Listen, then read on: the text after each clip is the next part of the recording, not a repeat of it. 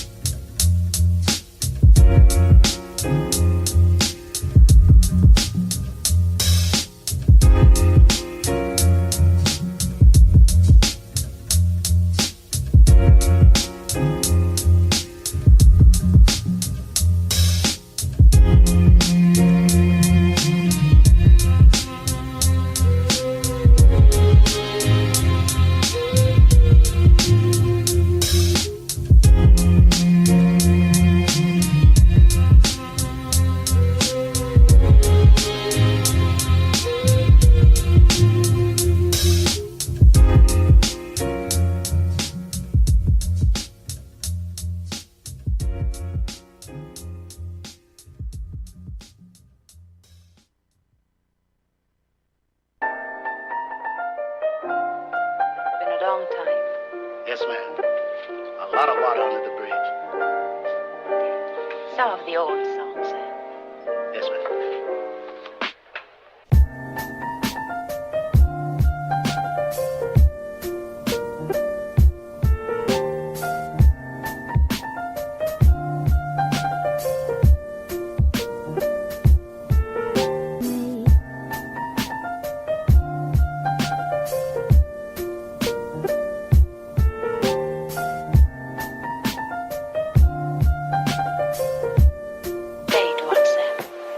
For all time's sake.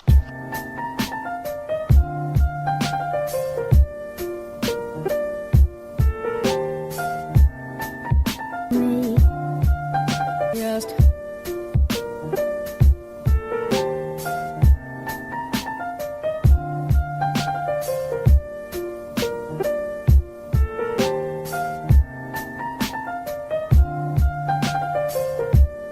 Leave him alone, Miss Elsa. You bad luck to him.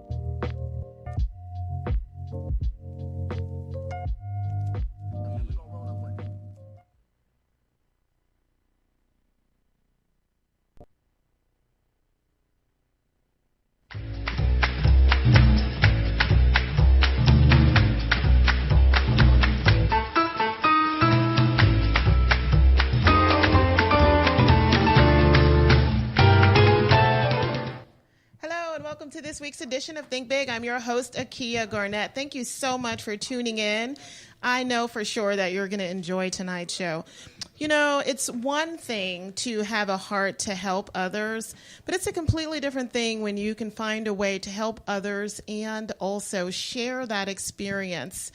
And our guest tonight, Shayna Glickfield, has done just that. She's done some amazing things throughout her career. She's a partner of the Beekeeper Group, but she's also very active in a lot of charities and other programs and associations around the Washington, D.C. area. She has shared her story throughout the years, and she's going to share a little bit of it with you tonight. So thank you again for tuning in. I know for sure you are going to enjoy hearing from Shayna. Hey, Shayna, how are you? Hi, thank you so much for having me here. I'm so excited to be here. I have lived in Washington, D.C.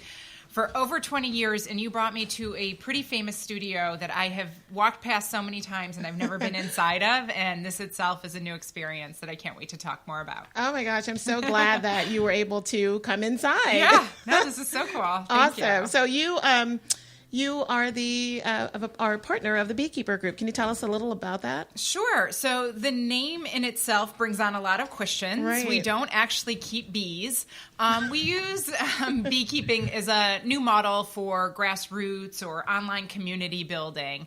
And so we're actually a public affairs firm, which is something very Washington, D.C., but also public affairs and interest in policies and issues and moving issues is really popular throughout the country right now, given our political climate.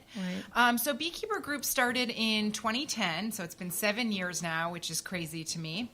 My business partners and I were all sort of the digital leads at our respective firms or organizations, and we really felt like digital was being put in a box way down the hall, and people would come to us later and be like, can you post this online? Yeah. I mean, people didn't know what to do with it. Right. They didn't know the power of it. And so if you think about 2010, it was right after Obama's 2008 election, and people were like, we want to do what Obama did. And that was like...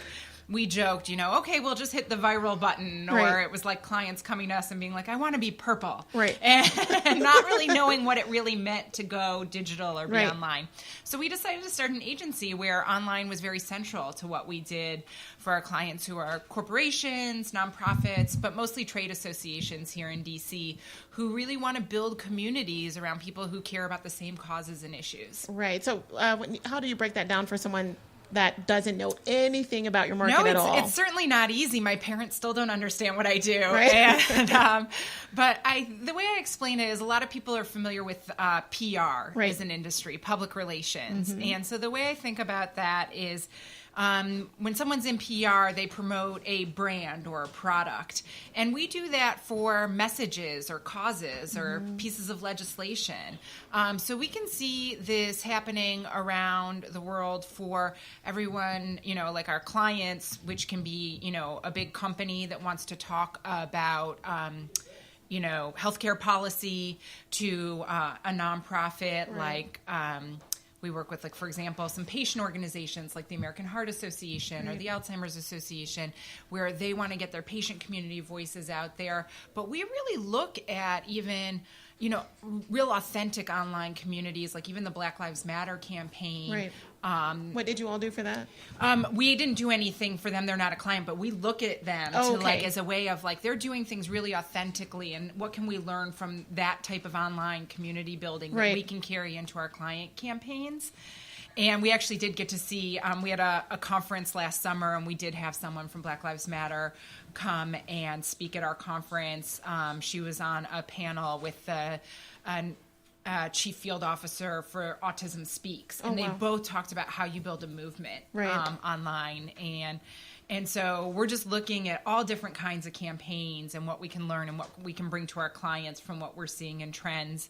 But as you know, as someone who's also active on social media, and even people who are active in social media in their daily lives, there's so much political conversation going on right now that I think there's a lot you can take from how we all use social media in the day-to-day to talk about the causes and issues that we care about, into marketing for those causes and issues, which is what I try and do in my personal and professional life. Yeah. So how do you slide in a call to action Right. into something and that's what we do. That's a great way. Yeah. Oh my God, I might have actually explained it finally. And so the way we think about that too is, we don't want our clients always going out to their communities asking them to do something for them. So we want our clients to think about how can we get people to want to join and follow their Facebook page and their Twitter feed. And that's about curating news and information and sometimes fun facts or showing humor and authenticity and like who are the people that we're serving and what are their personal human stories.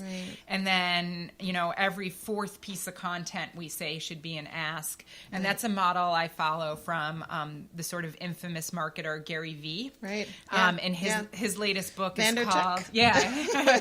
called Jab, Jab, Jab, Right Hook. And that's a model I'm now trying to apply to my clients where it's like, you don't just email them when you need something. You got to give them some things and then make your ask. Yeah. Isn't it amazing how things have changed though? Yeah. So even in terms of my business and how it's grown, when we started with my 5 partners, we, hung up our shingle and said, let's give this a shot. And we had employee number 1 and employee number 2. And now I think we're about 25 employees. Oh, congratulations. That's wonderful. So it's been really cool. And when we started out, we used to have to do a lot of education. So when someone wanted to hire us to do a website or a social media campaign, we had to do a lot of explaining about what that means and how it'll work. And I would say our clients have even come a long way as, we see more and more of the older generation on Facebook and people.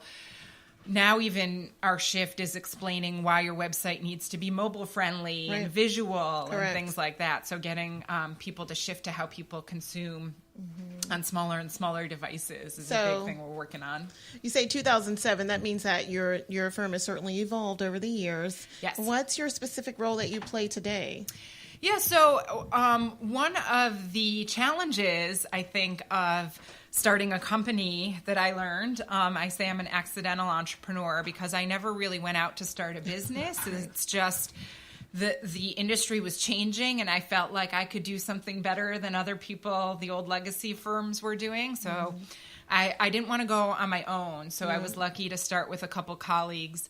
And so I am one of the original co-founders, and we just went out there and tried to shake things up and grew along the way. But as you grow, my role has changed. Now I have to manage people.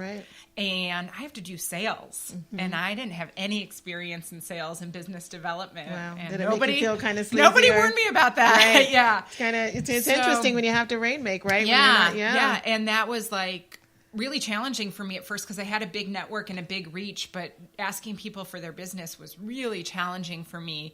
So to be honest, I worked with a sales coach for a little while. It was a 9-month program. It was affordable. And she specialized in women and women's challenges around asking for money and asking for business and turning your friendships into clients. And part of the sales coaching process was just so interesting. I was part of a group, and I would listen to podcasts, and I would do the worksheets, and it was definitely one of these things where you get out what you put in, but I really dove in and really embraced what she taught me. Another interesting fact I learned for the women out there who might be listening is sometimes if our business isn't going well, we'll withhold from ourselves and be like, well, I'm not going to get that manicure because I didn't make that sale. And you sort of secretly sort of punish yourself and withhold. And the sales coach really said, no, you need to feel your best at all times. You need to get your nails done. You need to put yourself in the position where you're going to feel the most successful, and then it comes along. So she really did a lot of mindset things, and including giving me some tips and tactics along the way about building out a sales process.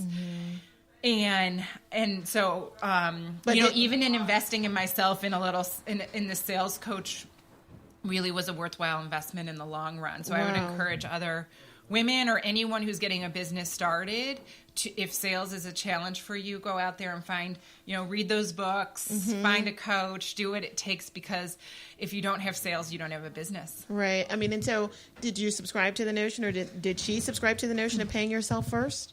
Yeah, I mean, a bit of that, a bit of like, don't withhold from yourself, set up, think about that money model, write that all out. And but actually having a salary and really paying, or trying to find a way to carve off something. Not, it's an idea of like, especially when you're in a service industry, people want to pick your brain a lot. Correct. And so even I still look for books to continue to feed my own, knowledge base of what tools and tactics, what's best practices, because I always want to give and I want to understand and I want to learn, but I also need to be paid for my expertise. Correct. And so I think sales and, setting up your business model for success and getting your mindset right, all those pieces together make for a successful business on top of having the expertise with what you're actually selling that you have to keep up at the same time. Right. I mean, so one of your things are the Lobby Day app. Yeah. So what's that? What led to that creation? So in doing public affairs and, like I said, digitizing what a lot of people are doing with online community building, a lot of our clients, associations, and nonprofits, they do an annual Hill Day where a lot of their advocates from around the country will fly into Washington, D.C. and make a big splash on Capitol Hill and all go meet with their legislators at once. And one of my business partners actually spearheaded the initiative because he was helping. It was the American Heart Association in this case. And they have over 600 people come in. And back in the day, it was like you would get a binder of information. Right. And paper footprint and just last minute changes and reprinting the books and changing out the sheets. And it was just a very paper heavy process. And so we asked them as a favor to sort of just, hey, we just built this app. Can you just give it a test run for us? And it really worked. And so we just put all that information into a mobile app where it's like, here are the talking points you go to the Hill with. Here's some background information on the policymaker that you're going to be meeting with. Here's some videos you might want to share if you want to have like an interactive mobile experience with them. So we put all that into a single app. And we branded it for each individual client, even though the apps are pretty similar across the board. And our clients were really excited to go to their community with something new and innovative and say, hey, we have a mobile app now. Right. Their boards were excited about it. And so it actually, I think we have over 40 clients now on our mobile app using the app, each on an individual app. But as we all know, technology keeps changing, and so we have to help our clients keep up with iPhone 7. Right. And even clients coming back and saying, we've had folks on the app for a couple of years now. What can we do that's new and exciting and different? Wow. And so if you think about just the attention landscape right now in our two-screen world, it's, really challenging for organizations and associations to keep providing value. Right. And all different screen sizes and formats. So it's not just their website. Now it's their mobile app and their fly-in itself and in-person events and hashtags and keeping everything moving. So that's why they hire agencies like us to help come up with creative ideas to keep that beat going. And how do you all leverage, I guess, some of what you're doing across your entire client portfolio? I know the causes are all different. The subject matter expertise is all different, but are you able to use some of that? Yeah, and I think part of it was when I started my business with my partners, we all have a little bit of different expertise in a way. So my specialty really does tend to be social media, but one of my partners, actually two of them are really focused on websites and web experiences. One is very focused on design, but he also keeps sort of the legacy lobbying products around, so like PACs, like political fundraising, right.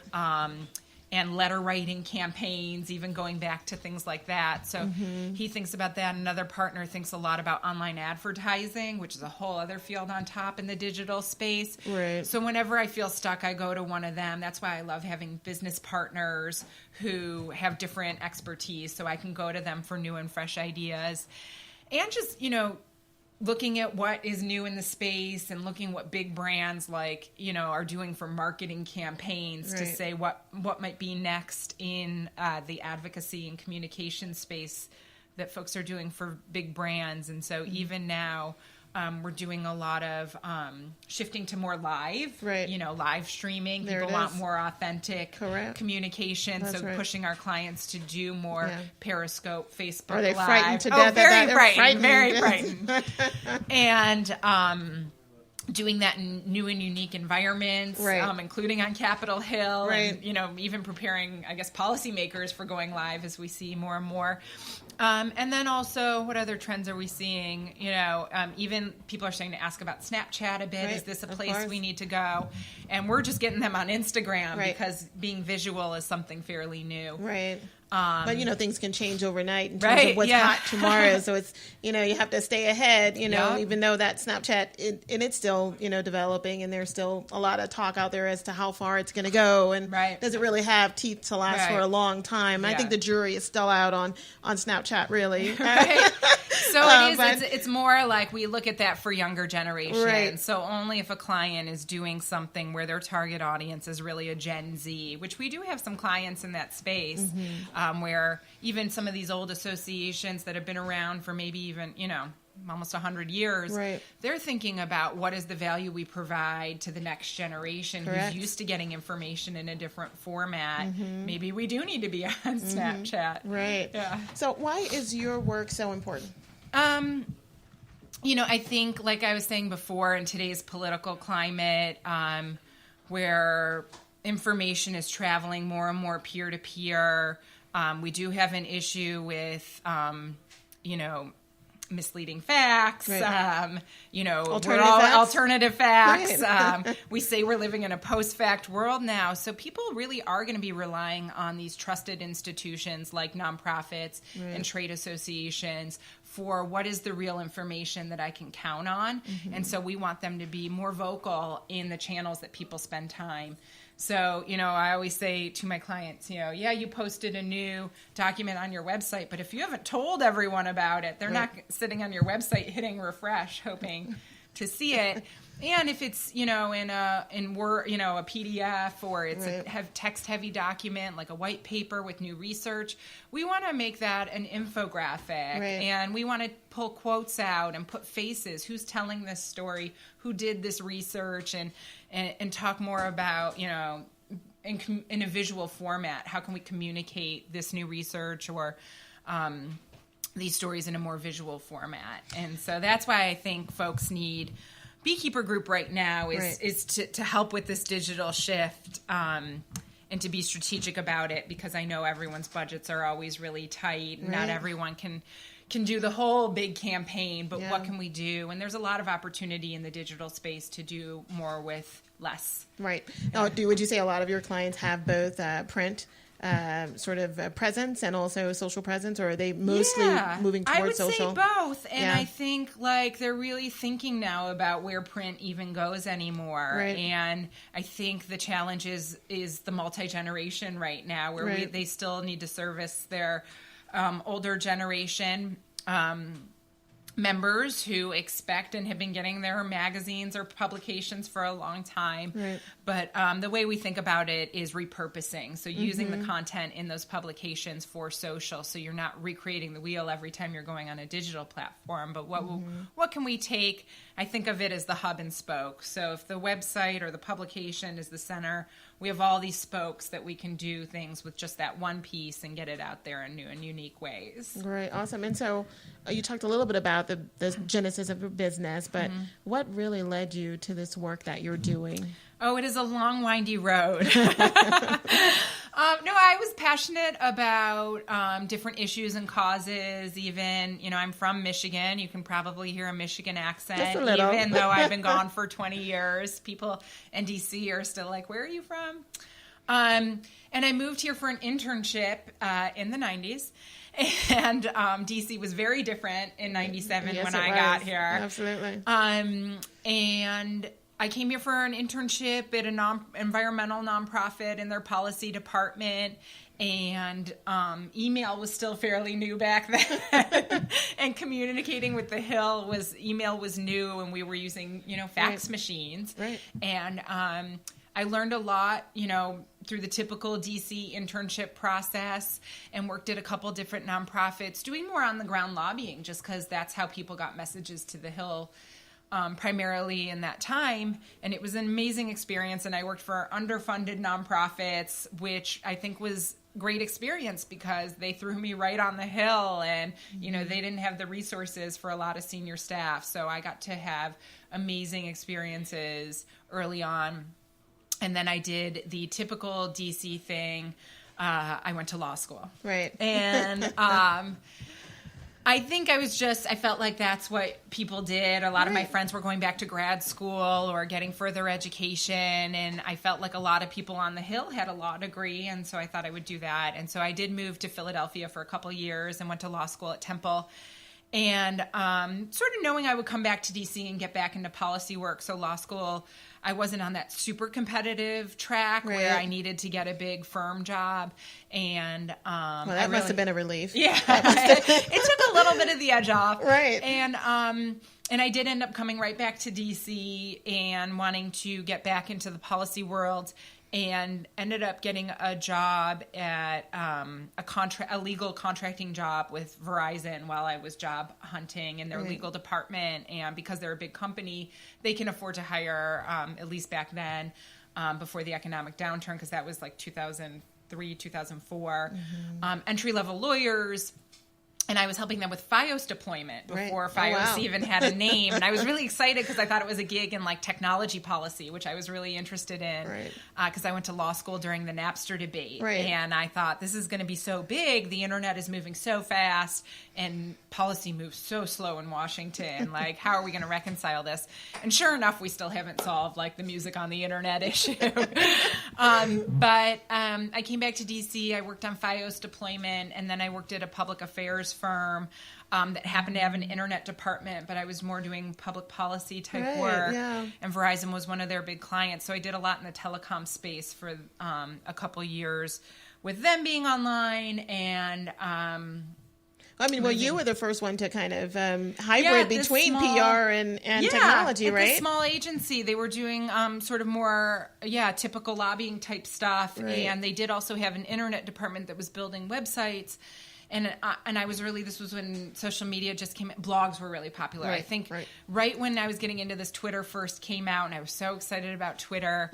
And I started microblogging sort of concept. And so I think my firm really, it was a small firm. They really embraced my curiosity at what directions this would be taking, and they wanted to be cutting edge. And so they really made a place for me, which I thought was a great work experience as well, to take a look at what were emerging trends in this space and really try to embrace it. And so, you know, all these curvy roads got me back into, because I had no experience in, you know, if you think about it, I did lobbying and I did law, and then I was like, but I want to do social media. And that was a kind of a But I mean, that's got to be so powerful, though, because you know what rules not to break. You know what I mean. You know how far to go. I mean, that's very powerful. Yeah, and so it definitely helped me. And I started a blog on the side that was called the DC Concierge. And me starting my own blog certainly helped me to better advise my clients how to start and navigate their blogs. Right.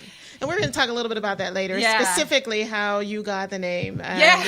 Olivia Pope is what you have been recently. You know. I'll take any title.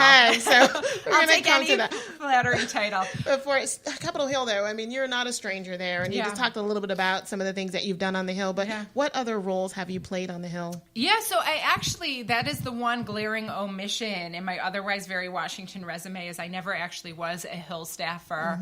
But just by the nature of being super active in DC and networking a lot, I did have a lot of friends who were Hill staffers. I networked at events on the Hill, and even to this day, my curiosity is I try and stay connected in that space so that I have a good understanding from my clients of how policymakers and their staff are taking information in. And so even in DC now, there's such a play between, you know, media and lobbying and Hill staff and all these publications that are popping up and sometimes dying and opening DC offices, and it's so interesting. And so I try and keep in touch with stay close to the Hill and stay close to any media publications, even not having work experience directly there.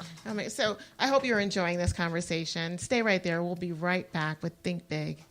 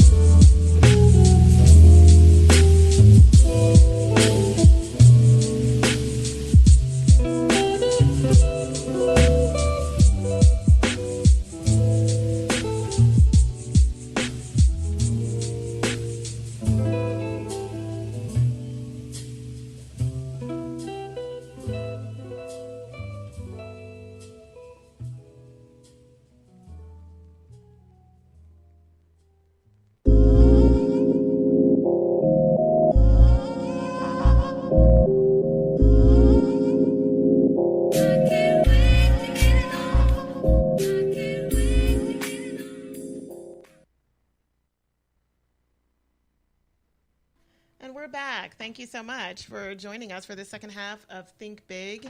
Thank you, Shayna, for sharing so many great things that you've shared already. I mean, you just have so much information. And thank you. Yeah. It's good. It's nice to be able to use it sometimes. Right. So you've been honored quite a bit. And back in 2014, you were featured in 40 Under 40 in Washington Post's list of up-and-coming folks in technology.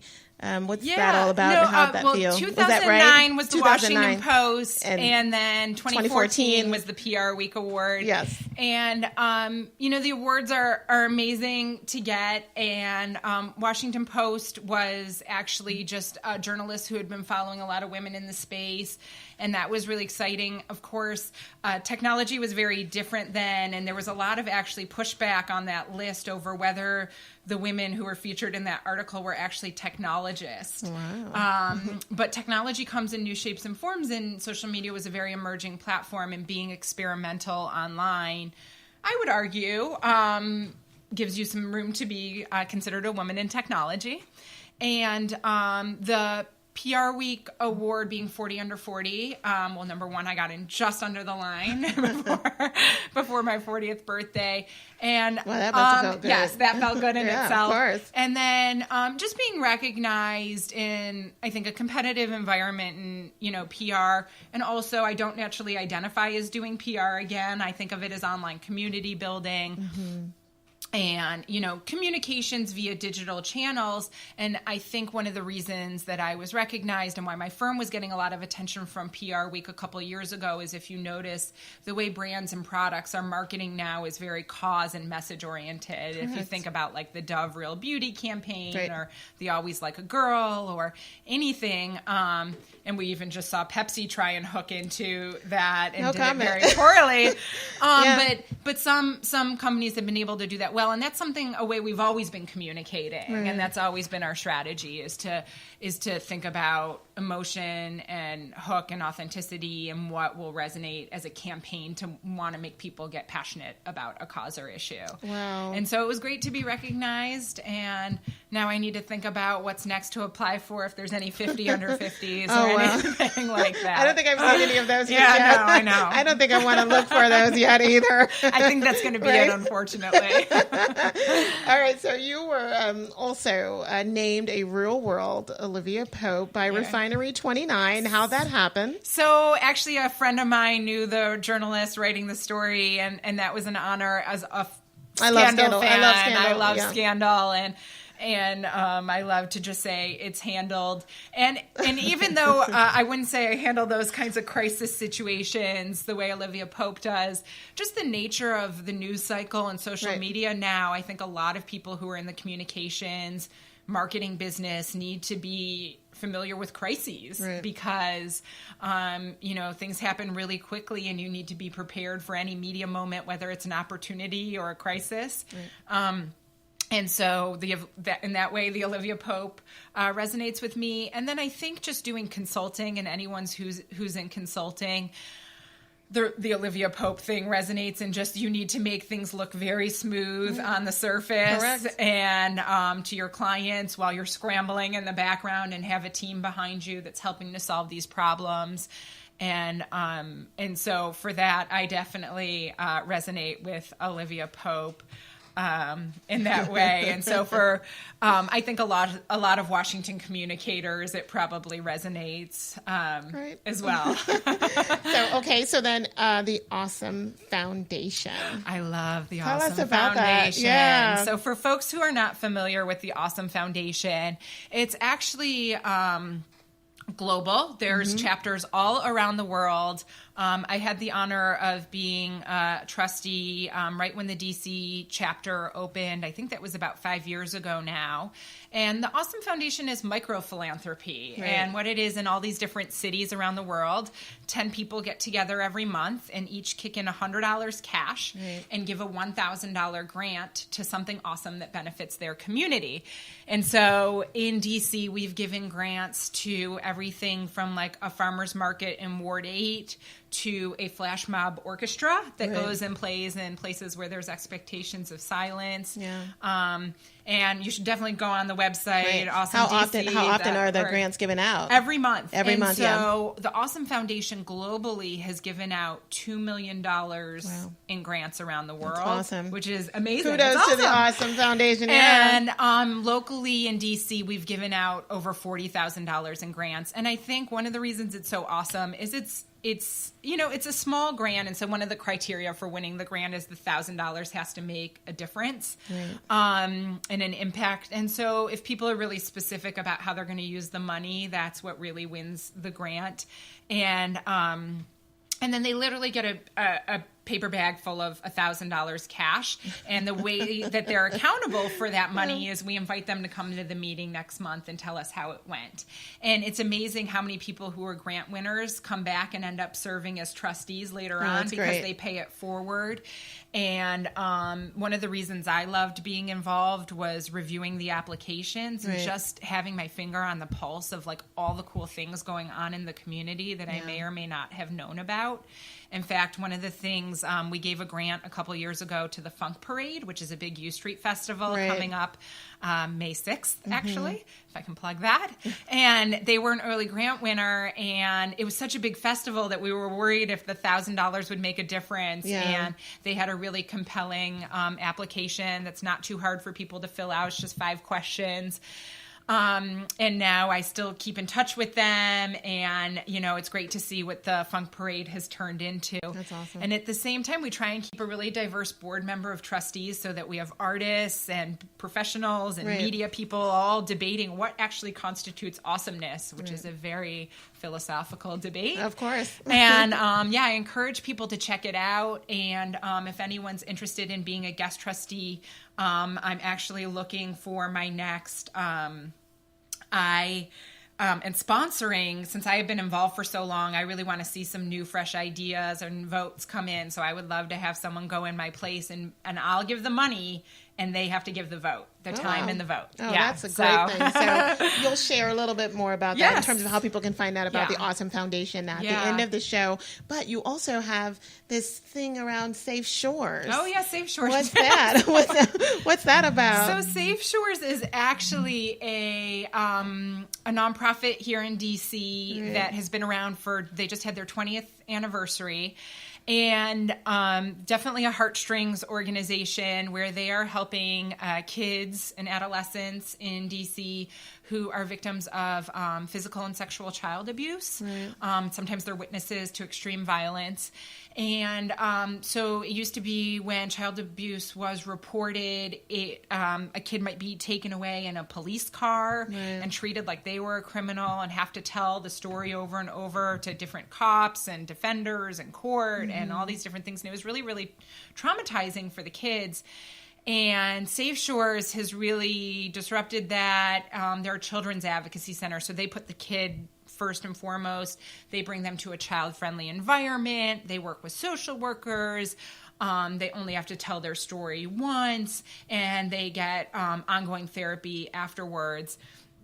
And the interesting thing for me was that I had walked past their building. They don't have a sign on their door to protect the privacy of their clients, and I had just been walking in the neighborhood many times. I'd probably passed the building so many times, just like the studio we're in. Never knew what went on in there, and someone had invited me on a tour. They occasionally, every other Thursday morning, they open their doors for intimate tours where people can see what goes on there, and I was invited for a tour, and it was so powerful to me to know, this went on not only in D.C., we have one of the high incidences in the country of child abuse, but that we had such a state-of-the-art facility to help kids. And so I was really excited to get more involved. And eventually they put me on as a board member. They thought I was millennial, and for board diversity, they wanted a millennial. But the joke's on them. I'm not actually a millennial. But it's an honor to serve on their board, and I still, it's such an important issue in the stories I hear. I don't ever really interface directly with the people that they serve because they're served by social workers and Children's Hospital and prosecutors and folks like professionals. But as a board member, my job is really just to amplify the important work they do, help fundraise for them, and get people. They offer prevention training, so if schools or churches want to have an expert come in so people know the signs to recognize and stop child abuse. But I always say, I don't even get involved because I'm passionate about kids issues, because I'm not a kids person, which is a horrible thing to say. But like when I found out how widespread the problem was, this is a community issue. If we were walking around with this many kids and families who were impacted by abuse, knowing DC this is a community issue. And that's why I was so excited and honored to be involved. I mean, you have this trend thing though, where you get involved and then you're tasked with leadership. What's that all about? I mean, I don't know. I'm going to reflect on that a little bit. I did have one other organization that I stay involved with just tangentially, and that's a group called the Trust for the National Mall. Yeah. And they do a lot to protect the National Mall. And you think about like the millions of visitors that come. I think the saying is it's our nation's backyard. Right.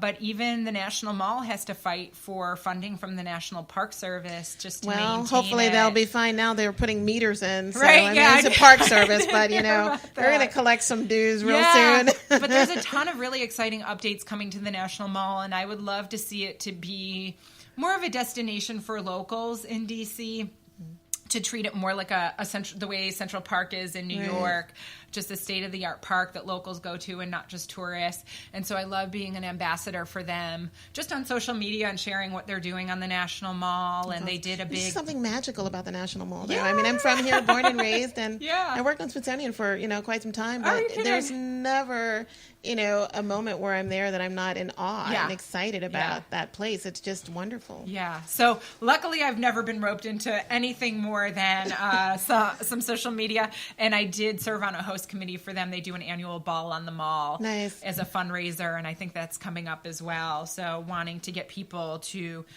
buy a ticket to celebrate a night under the stars on the National Mall, and that's really cool. Oh my gosh, you're so busy. But other than that, as a hobby, as a passionate around DC, I collect photos of DC flag tattoos. Yeah. You'll see them on people all around. Now, what started you doing that? Yeah, I would just see them on people, and I thought they were so cool, and I started being like, hey, can I just grab a photo of that?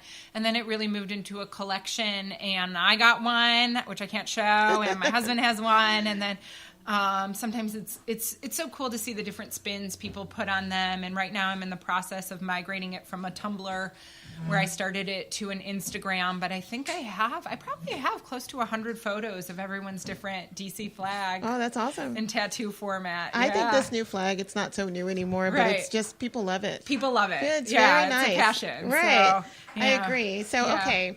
I saved the best thing for last. Okay.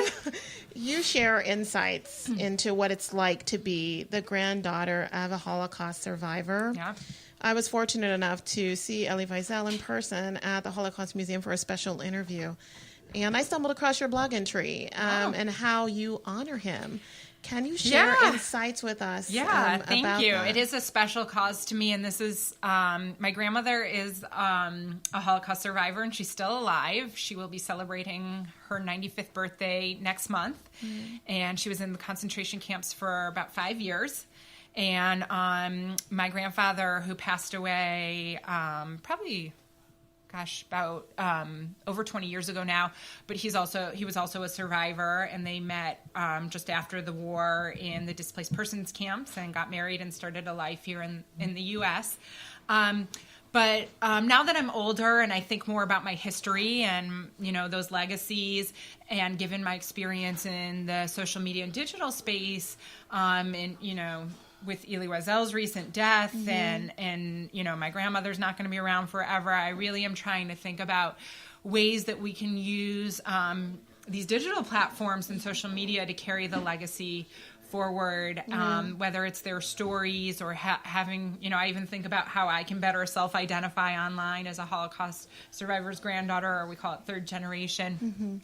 So this is something I'm just trying to think about. So I've just been documenting my experiences on Medium. I recently went to Poland and Germany on a Holocaust heritage tour, and I used Facebook Live from Birkenau.